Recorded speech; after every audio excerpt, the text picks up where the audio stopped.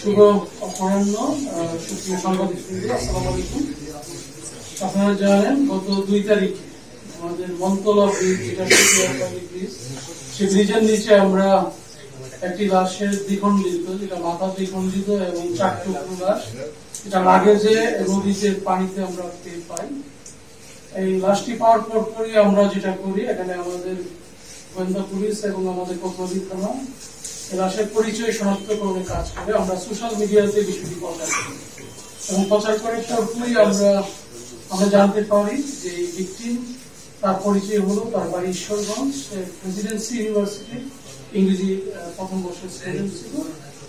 তো তার এই বিয়ের যে পরবর্তীতে যে ভিকটিম ডিসিজড, যে আমাদের সৌরভের সাথে যে বিয়ের বিষয়টা গোপনে হয় ঢাকায়, সেই বিয়ের বিষয়টি মেয়ের পরিবার, ইবার পরিবার এটা ভালোভাবে মেনে নেয়।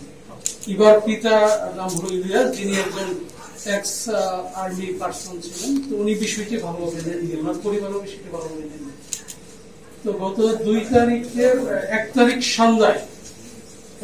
সন্ধ্যায় ঢাকা থেকে ডিসিজড সৌরভ ময়মনসিংহে আসার পরে ইলিয়াসের যে ছেলে, এখানে 10ম শ্রেণীর ছাত্র মৃত, তাকে ফোন দিয়ে বাসায় ডেকে আনার পরেই তারা পূর্ব পরিকল্পনা মাফিক এখানে মূলত আমরা প্রাথমিকভাবে জানতে পেরেছি, এখানে যে চাচা বা শ্বশুর যাই বলি না কেন, ইলিয়াস এবং তার শ্যালক আহাদুজ্জামান ফারুক, দুইজন মিলিতভাবে প্রথমে এখানে গোয়ালকান্দি তাদের যে বাসা, সে বাসাতে প্রথমে তাকে মাথায় ছুরি দিয়ে আঘাত করে তাকে হত্যা করে।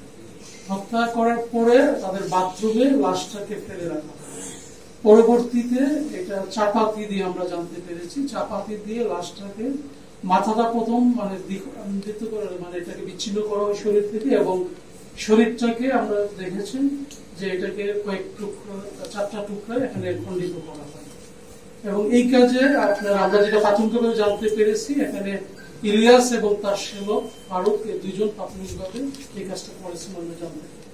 পরবর্তীতে তারা এই লাশটাকে হাইড করার জন্য তারা যেটা করে, গাঙ্গিনা পাওয়ার একটা দোকানে যায়, লাগেজের দোকানে, সেখান থেকে নতুন লাগেজ ক্রয় করে। আমরা এই লাগেজের ওই দোকানের আমরা সন্ধান পাই ওই দিনই, পেয়ে ওই দোকানের আমরা সিসিটিভি ফুটেজ বিশ্লেষণ করে আমরা দেখতে পাই যে শ্বশুর এবং ফারুক, ইলিয়াস এবং ফারুক দুইজনই লাগেজ কিনতে গিয়েছিল আনুমানিক রাত্রে, এটা 1 তারিখ রাত 8টার দিকে, আনুমানিক রাত 8টার দিকে। আমরা ওই ভিডিও ফুটেজ দিকে যখন বিশ্লেষণ করি তখন নিশ্চিত হই যে আসলে হত্যাকাণ্ডের সাথে তারা দুজন আছে। এবং আমরা প্রেক্ষিতে আমাদের ডিবি এবং কোতোয়ালি তারা যৌথভাবে অপারেশন পরিচালনা করে আমরা গত রাত্রে আমরা একজনকে ঢাকা থেকে, আমরা ফারুককে ঢাকা থেকে গ্রেফতার করি এবং তারই তথ্যের ভিত্তিতে আমরা যে মূল যে আসামি, যে শ্বশুর বা ডিসিস্টের যে চাচা, তাকে আমরা দুবাউরা একদম সীমান্তবর্তী একটা এলাকা থেকে গত রাত্রে গ্রেফতার করতে সমর্থ হই।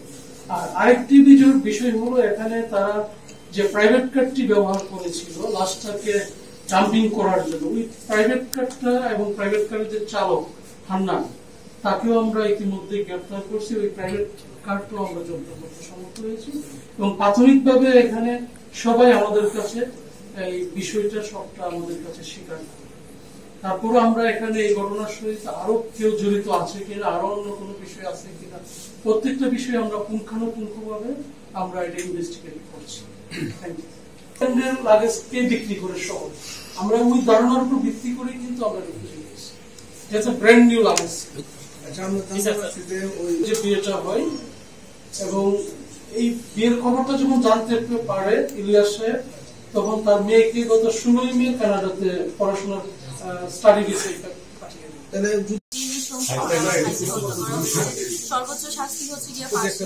আমি আরেকটা জিনিস, আপনাদের আইন শৃঙ্খলা রক্ষাকারী বাহিনীর প্রতি আমি খুবই কৃতজ্ঞতা স্বীকার করতেছি। তারা অক্লান্ত পরিশ্রম করে খুবই দ্রুত এই বিচার মামলাটা খুবই তাড়াতাড়ি সলভ করছে। কিন্তু তারপর আমার একটা রিকোয়েস্ট, যে মার্ডার, যে খুনি, উনার যে ওয়াইফ, সে এটার সাথে জড়িত, আমি তাদেরকে ভালো আরো অনেক জোর হাতপূর্বক রিকোয়েস্ট করতেছি যাতে তাকে খুব দ্রুত খুঁজে বের করা হয়।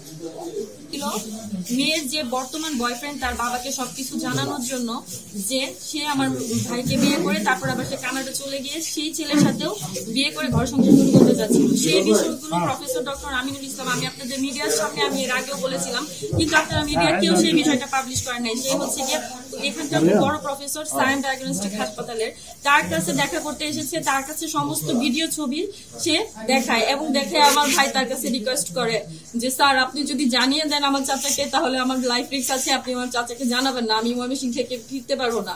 সে বলেছে যে তুমি বাবা ভালো মতো ফিরে যাও, আমরা জানাবো না। তারপরে আমার ভাইয়ের সাথে আমার লাস্ট 5টা বিষয় ইলিয়াস আবার ফোন দিল আমার ভাইকে, আমার ভাই কিভাবে ওইখানে গেল। এখানে প্রশ্ন হচ্ছে, আমি এখন প্রফেসর ডক্টর আমিনুল ইসলামের সাহেবকেও আমার সন্দেহ মনে হচ্ছে যে তিনি যদি ইলিয়াস সাহেবকে না জানান তাহলে তো তার জানার কথা না। ওই মুহূর্তে আমার ভাই মাঝখানে রিকোয়েস্ট করা সত্ত্বেও সে কেন ডিসক্লোজ করলো।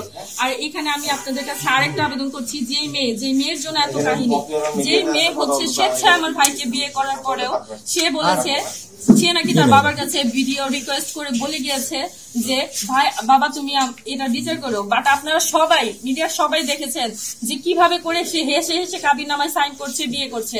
আপনাদের কারো কাছে কি মনে হয়েছে যে তাকে জোরপূর্বক বিয়ে করা হয়েছে? তাহলে সে কিভাবে করে বলে বাবা এর বিচার করে রেখেছে। আমি চাই সেই মেয়ে কেউ কানাডা সে থাকে, কানাডা টরন্টোতে থাকে আমি যতটুকু শুনেছি।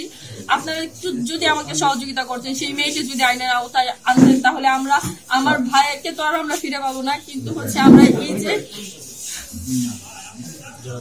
তাদেরকে যে সামনে আনতে পেরেছেন এই আমরা বাঁচতে পারবো। তো ওই চাচাতো বোনের রিলেশনটা কত